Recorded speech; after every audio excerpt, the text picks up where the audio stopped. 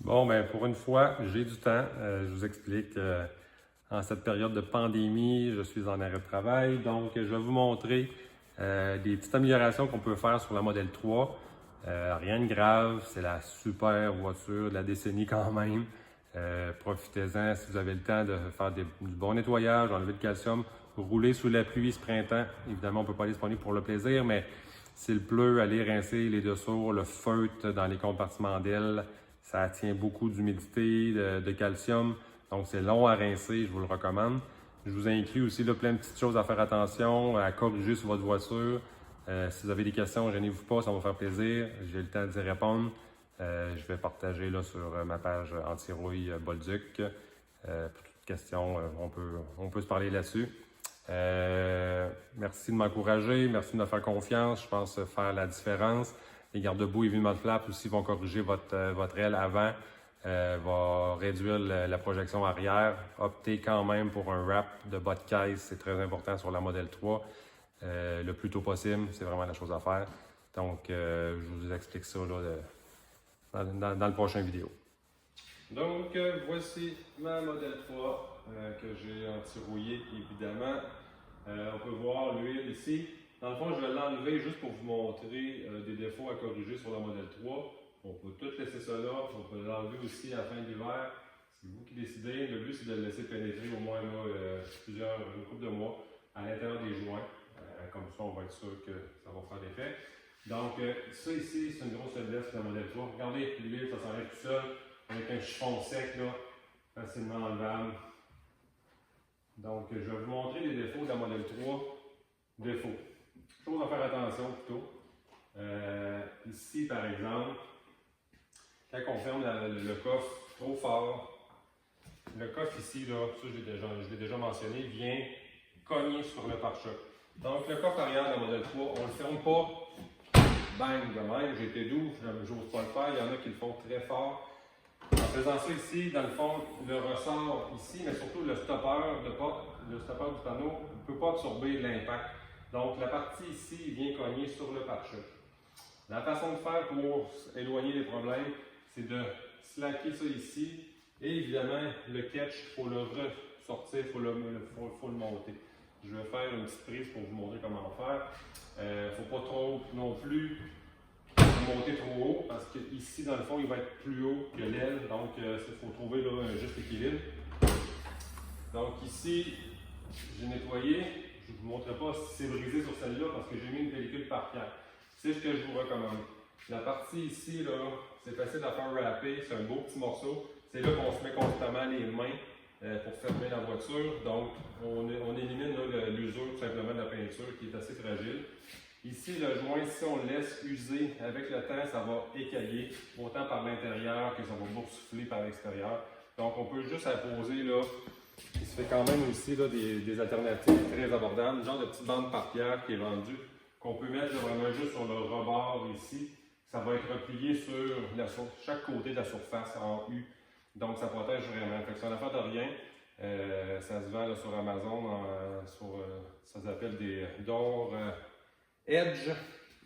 Fait que ça peut être une alternative abordable. Sinon, ben, un gars de parpière, une shot de parpière va faire là, le panneau ici, là, la partie du bas qui est vraiment délimitée. Fait que c'est super simple à faire. Ça, c'est un problème à régler.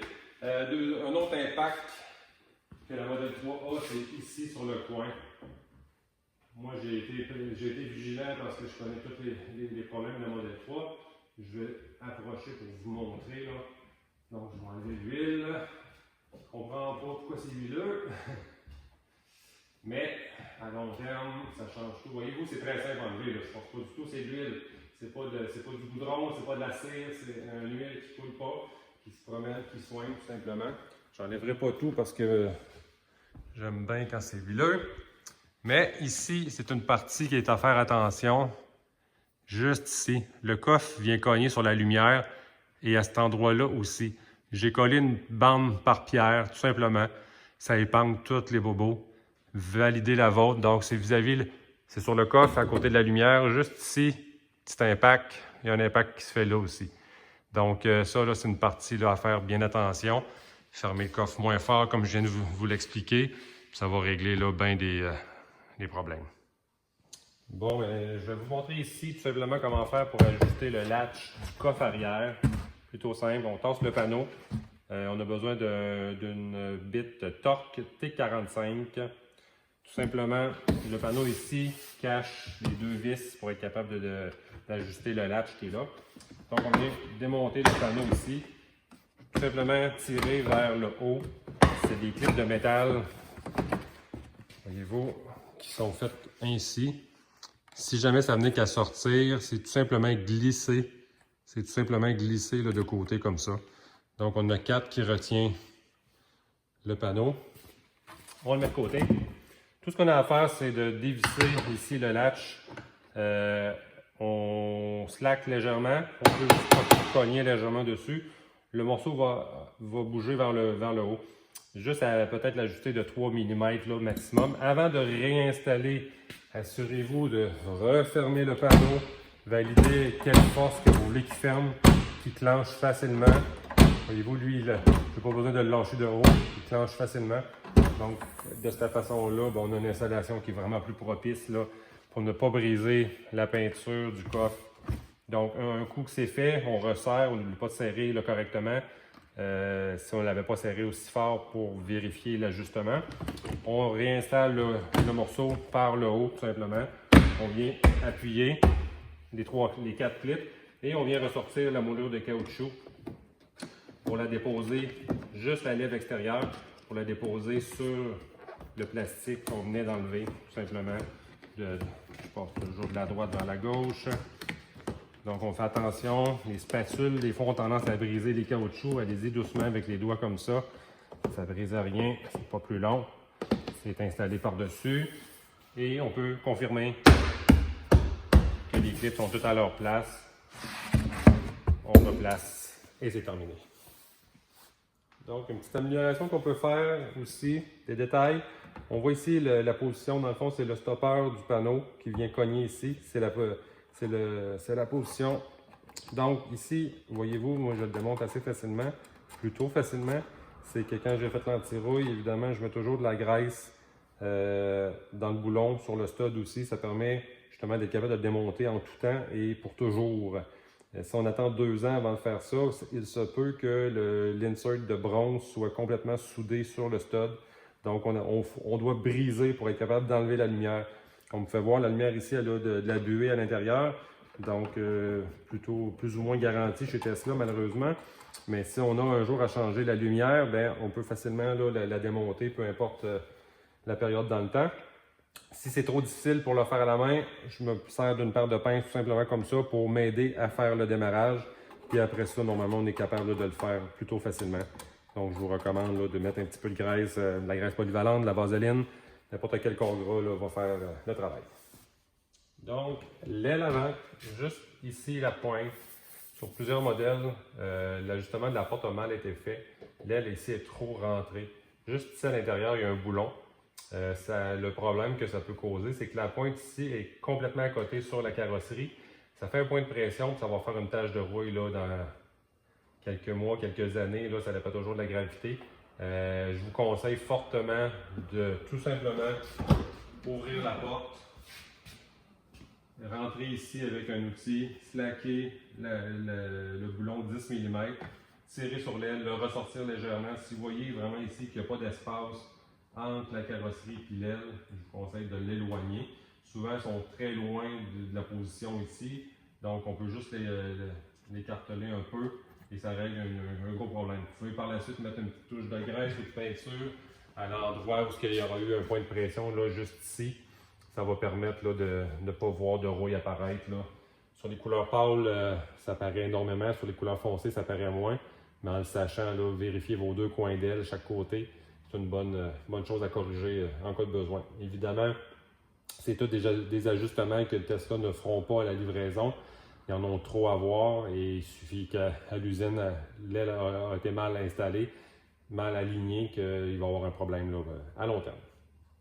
Donc ici, on a un autre problème éventuel. Ici, on peut voir une ligne que forme, on peut voir la ligne ici là, de saleté. Dans le fond, c'est la moulure qui est ici, qui est pas mal en pointu. Quand on rentre, le sable vient se déposer ici, on se frotte souvent les pieds. Donc, la partie ici devient abrasive, vient à côté sur la partie du bas ici. Et on sait tous que Tesla ne sont pas reconnus pour l'épaisseur de peinture. Donc ici, plusieurs ont des boursoufles sur l'aluminium directement. L'aluminium est très corrosif là, avec du sel. Donc ici, même chose, j'ai fait poser une pellicule par pierre de là à ici. Tout simplement pour épargner là, le surplus de roches qui viennent ici. Laver souvent cette zone. La partie basse qu'on voit qui est toute sale, c'est tout simplement parce qu'il y a eu de l'huile. Mon auto va rester clean, c'est malheureux. Une voiture blanche, c'est moins beau. On peut l'essuyer. Si on n'aime pas ça, ça s'enlève, voyez-vous, très facilement. C'est seulement de l'huile. C'est l'avantage de l'huile versus là, les produits trop solides. C'est réversible, on peut revenir à zéro. Donc, l'huile est vraiment essentielle dans ces parties de joints-là, ça les rend imperméables. Mais validez ça ici. Dans votre cas, si jamais vous avez une boursoufle, premièrement, on gratte. On peut mettre de la peinture style crème-clad anti-rouille si vous avez une peinture noire. La peinture d'origine n'a pas vraiment le touch-up n'a pas vraiment d'aspect etching primer, donc pour rentrer dans le métal. Mais on peut faire quand même ce qu'il faut, gratter plus grand qu'il faut. Et mettez une pellicule par pierre, vous allez vraiment épargner. Là. À long terme, c'est sûr qu'ils vont tous ballonner par là, j'en vois là, énormément. Plus qu'on est propre, plus qu'on fait attention, qu'on lave ça ici, on épargne des problèmes qui vont jusque-là. Même chose dans mon cas, ici, j'ai fait poser une pellicule. Vous pouvez voir là, si je salis, une pellicule par pierre d'ici jusque-là. Donc, l'entrée se fait sans frottement ici, qui cause tout le temps de l'usure prématurée, puis on tomberait sur le métal galvanisé. Par la suite, la peinture écaillerait facilement. Donc, épargnez ça ici, même chose. Plusieurs aussi aiment que la moulure modèle 3 reste intacte, donc coller une pellicule par pierre dessus, c'est une bonne idée également. Donc, la porte arrière, petite amélioration qu'on peut faire aussi. À noter, la voiture a été wrappée complètement avec une pellicule satinée. Ici, on a un point de pression que la porte fait sur la partie juste ici. Donc, moi, j'ai décidé de coller une bande par pierre tout le long ici. C'est là qu'on va se frotter le plus souvent. Évidemment, le seuil aussi, de là à ici, on se frotte les pieds pour rentrer. Fait que des fois, avec les enfants, voyez-vous, il y a même une POC déjà ici. C'est une voiture que je prête pour faire attention à mon auto. Voyez-vous, donc ici, il faut faire attention. Donc, ça permet vraiment de protéger à long terme le rebord ici, le rebord ici, et vraiment la moulure de caoutchouc qui est juste ici. Ne bougez pas, je vais vous montrer. Juste ici, dans le fond, ça fait un point de pression sur la structure là-bas. Donc, je vous recommande là aussi de... Ça peut être juste une petite patch ici de par-pierre, ça va faire le travail aussi. Pas obligé de le faire à la longueur, mais mon gars de par-pierre l'a fait à la longueur, chose que j'approuve aussi. Donc, je vous montre aussi la raison pour les heavy mud flaps, qu'est-ce qui corrige, comment faire pour l'enlever. Donc, voyez-vous, on peut voir ici, je vais tourner la roue, la voiture est en là. Donc, voyez-vous ici, tout simplement enlever cette toile. Pour enlever les clips, je me sers toujours de deux outils en même temps. On ne peut pas y aller juste avec un côté. On rentre un côté, on va l'autre côté, puis on prague tranquillement. Aller chercher le cœur. Celui-là, c'est toujours le clip le plus difficile parce qu'il est sur la faucille qui est plutôt molle. Ceux-là ici vont plutôt bien. Voyez-vous, ça vient tout seul. Même chose. Le but, c'est de ne pas casser la tête. Là, je suis tout croche pour essayer de faire une vidéo sans tout vous cacher. Donc ici, on enlève avec un petit arrache-clou. Ici, j'en ai assez pour rentrer à l'arrière. Gauche-droite, gauche-droite. Jamais tirer juste un côté. Voyez-vous, le garde-boue est enlevé. Je vais le mettre de côté. Je vais aller me chercher une petite guenille. Voyez-vous, je vais approcher la caméra maintenant. Dans le fond, en posant le garde-boue, je n'ai pas l'installation parfaite, je vous montre. Jusque là, on le voit-tu? Oui. Donc, voyez-vous, j'ai posé une pellicule par pierre, ça vient avec le kit. La raison de la pellicule par pierre est plutôt simple. Si on regarde ici, là, la faucelle est très molle. Donc, quand on roule, là, la faucelle a tendance à venir vibrer, même user la peinture par l'intérieur en venant à côté sur la surface interne de l'aile. Donc, en posant la pellicule par pierre comme ça ici, dans le fond, on vient envelopper le bout de l'aile. Fait qu'on vient vraiment minimiser plusieurs des ailes de mes clients qui n'ont pas de garde-boue. Un an après, là, ici, là, la peinture, on peut tirer dessus puis tout est écaillé. La raison, là, c'est vraiment que la faucelle vient frapper. Parfois, elle vient même sortir puis venir en diagonale comme ça. La partie ici est complètement sortie. Donc, la raison pourquoi que ça fait ça, c'est tout simplement parce que le rebord de l'aile n'est pas assez large. La faucelle, la plupart des manufacturiers, n'est pas rentrée à l'arrière comme ça, est fixée après une genre d'anneau où ils vont avoir mis une insert de plastique. Donc, l'aile est en surface. La faucelle, pardon, est en surface. Tesla l'ont mis à l'arrière. L'aile ici, là, est très molle. Elle se promène, là, facilement. Donc, il y en a qui ont des écarts. La cochonnerie peut rentrer plus facilement à l'arrière. C'est vraiment un gros problème. La modèle Y va être... ils vont avoir corrigé ça. Donc, grosse attention particulière à mettre ici sur la bande par pierre. Il faut bien nettoyer le derrière pour vraiment que l'adhésion se fasse numéro 1. Voyez-vous, ça c'est une bande que j'ai posée au mois de septembre, quand j'ai eu la voiture. Elle est encore intacte et bien collée. J'ai même pas mis de promoteur d'adhérence, donc tout le monde est capable de le faire. Il faut juste prendre le temps de bien nettoyer l'arrière, prendre le chiffon d'alcool que je fournis avec le kit, bien laver, essuyer avec un chiffon sec. Et là, on est prêt à coller tout simplement la pellicule. Ça vient empêcher, dans le fond, le garde-boue de venir frotter contre la paroi de l'aile. Les cailloux peuvent rentrer aussi entre les deux. Donc ça, c'est à valider. C'est la raison de la bande par pierre, ça vient protéger. Et en plus, ça vient protéger l'aile qui se promène. Le U-nut ici, où on vient mettre la vis du garde-boue, vient tout rendre ça solide. Par la suite, l'aile ne bouge plus comme ça, là. Donc ça vient vraiment sécuriser l'aile. C'est comme ça qu'on va épargner les ailes pour longtemps. Les premières Model 3 qui ont posé des garde-boue, qui viennent au garage, puis que ça a été bien fait, là, la job, les ailes sont impeccables, c'est vraiment wow. Fait que ça, là, c'est une chose à faire, bien attention, là. Sur la Model 3, les ailes avant, c'est une des parties là, les plus vulnérables. Un coup que ça va avoir écaillé ici, ça sera pas drôle. Quand on regarde aussi les garde-boue Tesla, bougez pas, j'en ai dans la poubelle, là. Oui, ça vient ici comme ça. Voyez-vous, le garde-boue Tesla comme ça ici, vient pas boucher le trou qui est juste là. Ce qui fait en sorte que les roches viennent kicker sur la tôle. Évidemment, celle-là est bien anti-rouillée, mais la roche qui vient casser la peinture va faire en sorte que là, ça va se mettre à chipper, écailler la tôle galvanisée. Ça ici, ça va venir sur le métal, comme un GM des années 2000, là, malheureusement. Fait que le garde-boue, EV Mud-Flap, vient tout corriger cette partie-là. Vient également boucher le trou ici. Donc, en venant poser ça ici, ça vient vraiment tout boucher. Le clip qui est ici vient sécuriser. Puis le U-nut qui est là vient aussi coller l'aile contre vient coller la faucelle contre l'aile, puis il ne peut plus bouger. Donc, il faut le serrer relativement assez fort pour être sûr. Fait que tout devient sécurisé. Par la suite, l'hiver, tout ce que vous avez à faire quand vous avez beaucoup de neige, donnez un petit coup de pied sur le garde-boue. La neige tombe par terre.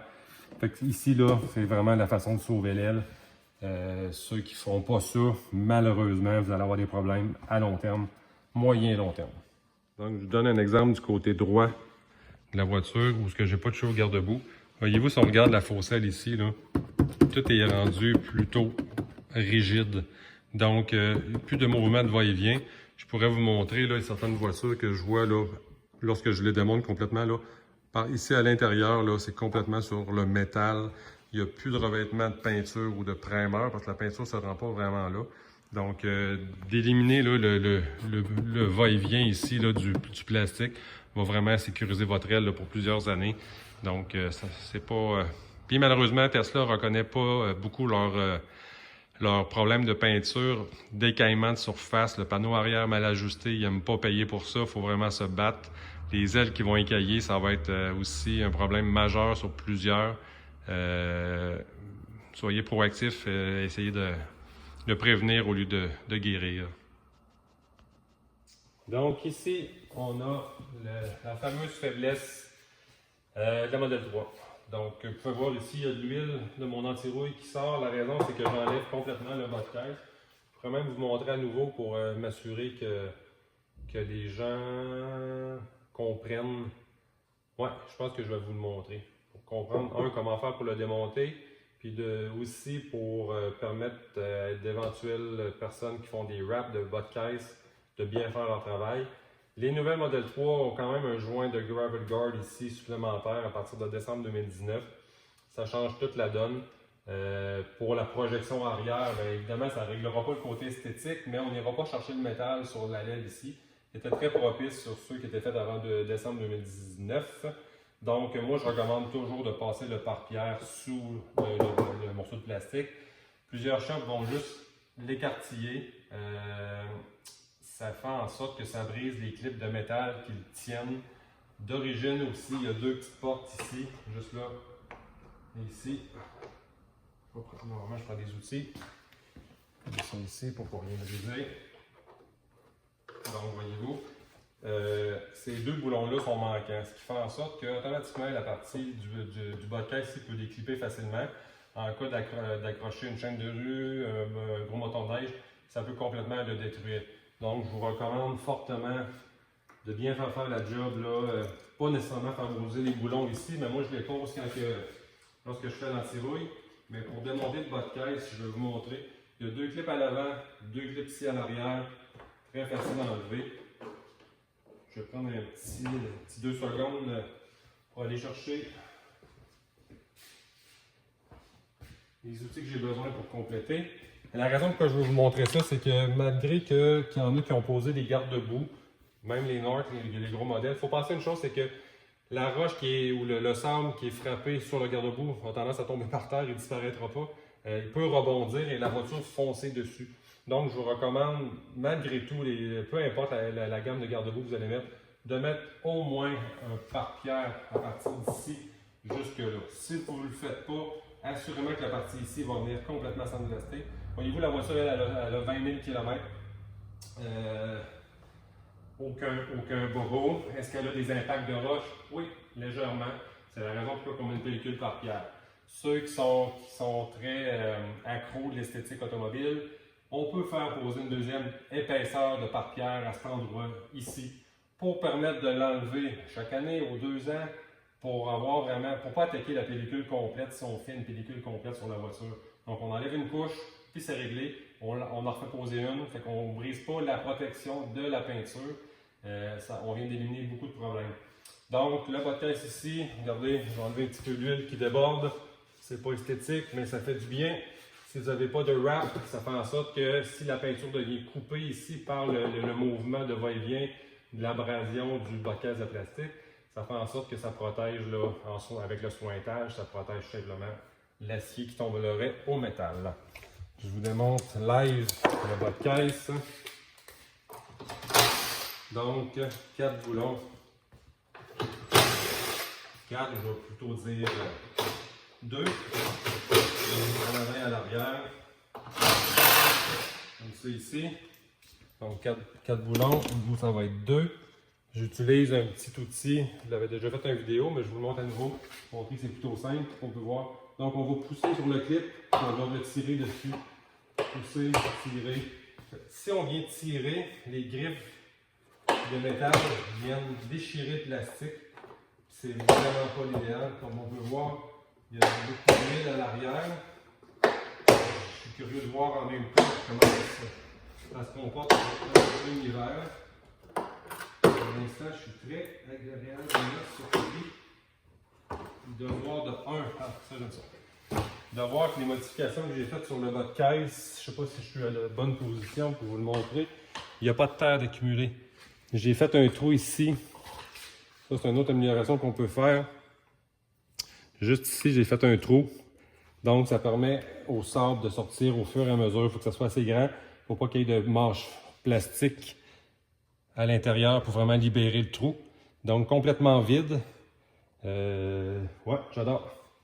Donc, voyez-vous, les clips de métal ici, on peut voir qu'ils sont huileux là, parce que j'ai mis...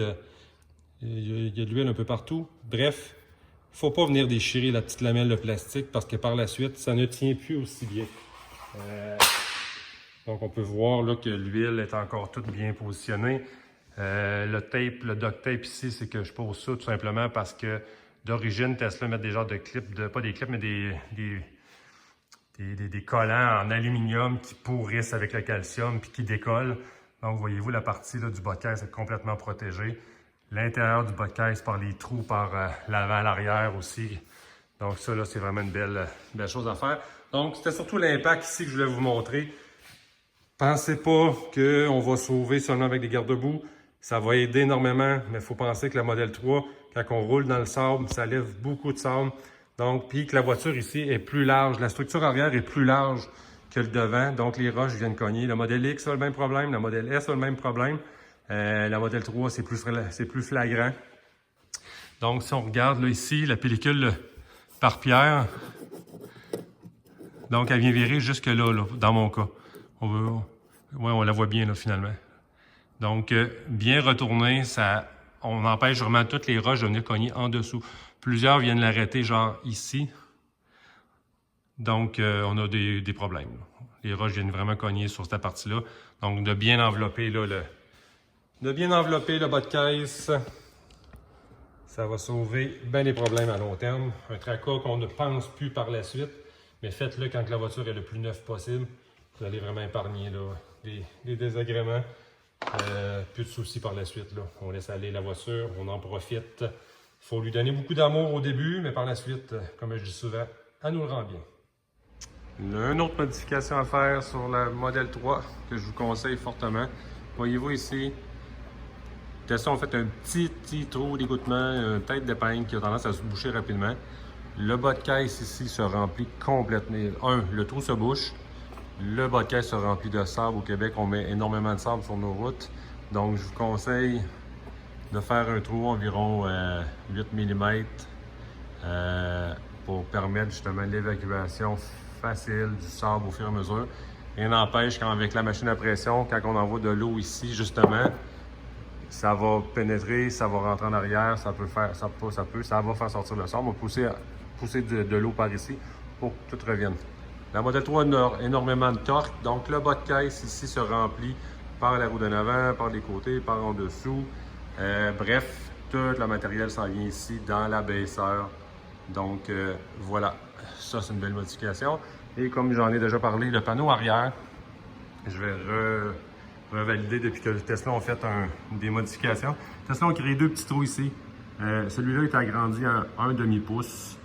Lui, c'est pas nécessaire, la pente s'en vient vers ici. Donc, ces petits trous-là de 3,16 environ se bouchent rapidement. J'en débouche souvent. Il coule de l'eau, évidemment. Ils ont fait deux petits trous ici aussi. Encore une fois, inutile. Ça ne permet pas au sable de sortir. Je perce ici 1/2 pouce, juste sur le coin. Il y a une légère baisseur juste ici. Donc, trou ici pour évacuer. 1/2 pouce ici. Si on se recule, là, je vais vous montrer, on voit le boulon qui retient le panneau arrière. 5 pouces à côté, on fait un trou. On voit toujours une goutte qui pendouille ici, et la dernière chose, là.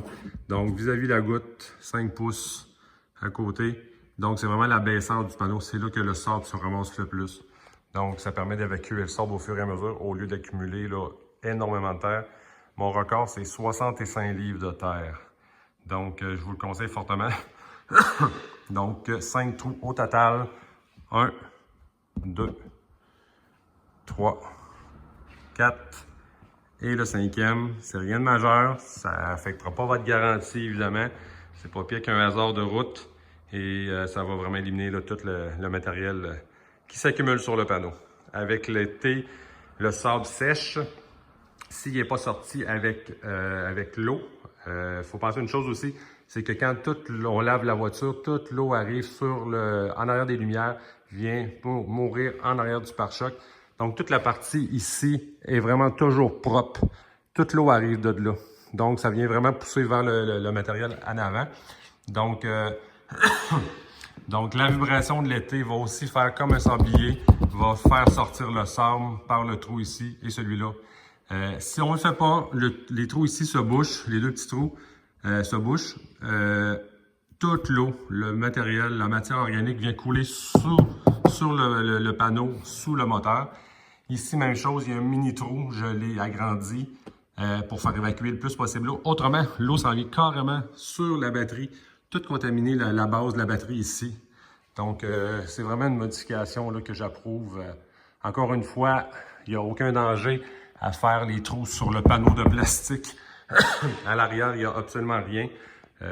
Prenez pas une mèche de 10 pouces, mais une mèche normale, vous n'aurez pas de problème. Le mieux est toujours les styles en porte-pièce, pas en porte-pièce, mais des... excusez la vidéo. Le mieux est toujours des genres de mèches similaires à ça. Ça permet d'y aller progressivement, ça fait des beaux trous ronds et surtout, ça fait pas de manche plastique. Donc, petite amélioration à faire. Bonne journée! Donc, une autre petite chose à faire attention. Voyez-vous ici, on a le panneau de plastique autour du frunk. Facile à enlever. On recommence toujours ici sur le point. On lève, puis on peut checker le avant-arrière comme ça. Ça permet vraiment de libérer le panneau facilement. On ne brise aucun clip à l'arrière. C'est des clips qui sont faits pour être posés et enlevés régulièrement. On va le mettre de côté. Voyez-vous ici, j'ai mis là, la petite pièce qu'ils vendent là, en Chine, malheureusement. J'ai agrandi chacun des trous pour être capable d'avoir des trous uniformes, puis surtout un petit peu plus grands que ce qui était fait en usine. Donc ça permet là, une plus grosse quantité d'air de pouvoir passer. Ça empêche dans le fond les feuilles d'aller se déposer dans le fond. Il y a quand même un grillage avant le ventilateur, mais on voit le ventilateur, donc c'est vraiment une protection supplémentaire. Qu'au début, j'étais pas sûr, mais que oui, je recommande. Je recommande pas de la coller par contre avec le 3M qui est ici. Ça va empêcher de l'enlever. Dans le fond, c'est étanche relativement avec le morceau de plastique là, que je viens d'enlever. C'est suffisant. On peut quand même aller chercher avec notre main, aller chercher là, les feuilles s'il y en a. Pas oublier non plus de le vider avant. Ce que je voulais vous montrer, c'est ici. Dans le fond, on a les tuyaux à gicleur de lave-vite. Donc souvent, là, c'est assez facile. Dans le fond, ils ne sont pas assez rentrés. Donc assurez-vous qu'ils sont rentrés complètement au fond. Il y en a plusieurs, là, je peux juste faire ça comme ça, puis ils tombent.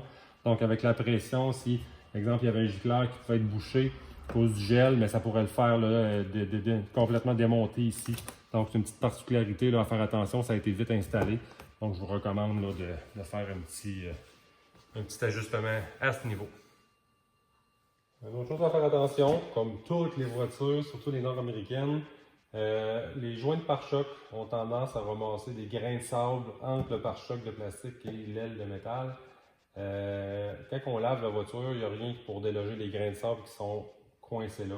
Donc, je vous conseille soit en prenant de l'air ou avec une machine à pression, mais surtout de tirer vers le bas sur le pare-choc pour tasser les cailloux, les grains de sable qui s'incrustent là.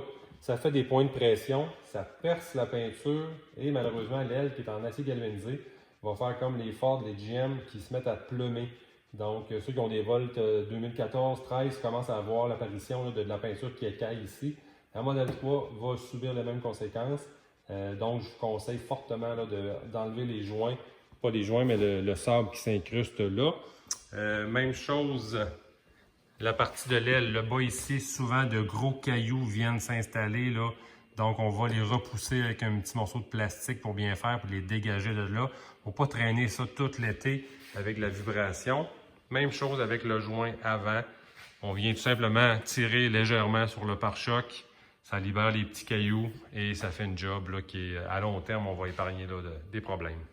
Donc, dernière petite notice, on parle du wrap. Je ne suis pas le professionnel du wrap, mais je suis capable de reconnaître une bonne job ayant été carrossier pendant plusieurs années. Voyez-vous, plusieurs ici ont tendance à passer la pellicule par pierre flush. Donc, aucune découpe autour des sensors avant, sur les pare-chocs avant et arrière. Malheureusement, la Model 3, leurs sensors ne sont pas étanches. C'est vraiment juste un morceau qui est collé par l'arrière. Je vous conseille fortement de faire découper. Autrement, ça va venir plein de crasse. C'est pas beau à long terme. À court terme, évidemment, ça protège soi-disant les senseurs, mais en réalité, à long terme, c'est pas l'idéal. Qu'est-ce que je pourrais dire d'autre aussi par rapport à ça? Voyez-vous, ici aussi, ils ont été découpés. Ça permet là, vraiment un meilleur signal aussi des capteurs. Éventuellement, lorsque la voiture sera autonome, il ne faut pas penser que s'il arrive un bris puis qu'elles sont tout crottées, puis que la compagnie d'assurance décèle qu'il y a eu peut-être un problème sur l'autopilote, peu importe. Donc, c'est des tracas de moins. Plusieurs aussi ont tendance à ne pas replier bien la pellicule, voire même trop replier vers l'intérieur des portes. Voyez-vous, là, c'est très sale, là, parce que vous la connaissez. La pellicule par pierre a été repliée jusque-là. Ça tient, il n'y a pas de problème. Parfois, il y en a qui vont la coller trop longue. Donc, ça vient vraiment fermer le joint. Donc, l'eau ne respire plus. C'est vraiment pas l'idéal. Donc, pas l'eau ne respire plus, mais le joint ne sèche plus. Ça prend plus de temps à sécher. Là on voit que c'est très sale, là, mais ça s'enlève facilement. Je vous recommande pas non plus de poser les fameux caoutchoucs là, chinois. Ça, j'en ai parlé récemment. Ça ramasse encore plus la cochonnerie. La raison pourquoi c'est sale dans le bas ici, bien évidemment, c'est mon huile qui est là. Ça s'enlève facilement, mais c'est ça qui fait que ça sauve le véhicule. On s'entend, ça ici, on peut l'enlever facilement. Là, on n'est pas obligé de garder tout ça là. Mais on s'entend que c'est souvent les bas de porte qui rouillent.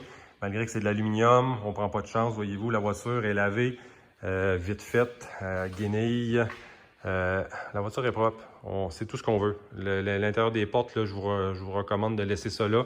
Même chose, l'anti-rouille dans les pentures. Les pentures ont tendance à oxyder, à voir la peinture décoller sur les 2018. Là.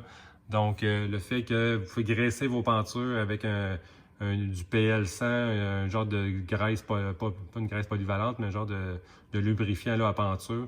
Ça peut juste aider, mais mettez-en pas trop. Juste une petite lichette, ça se déplace par capillarité. Oubliez la graisse blanche. La graisse blanche, c'est pas un produit que j'apprécie. Ça s'enlève pas bien par la suite. Donc, c'est tout des petites particularités. Faites attention aussi, certains vont vous faire un gros marketing. Là, on démonte les sign markers.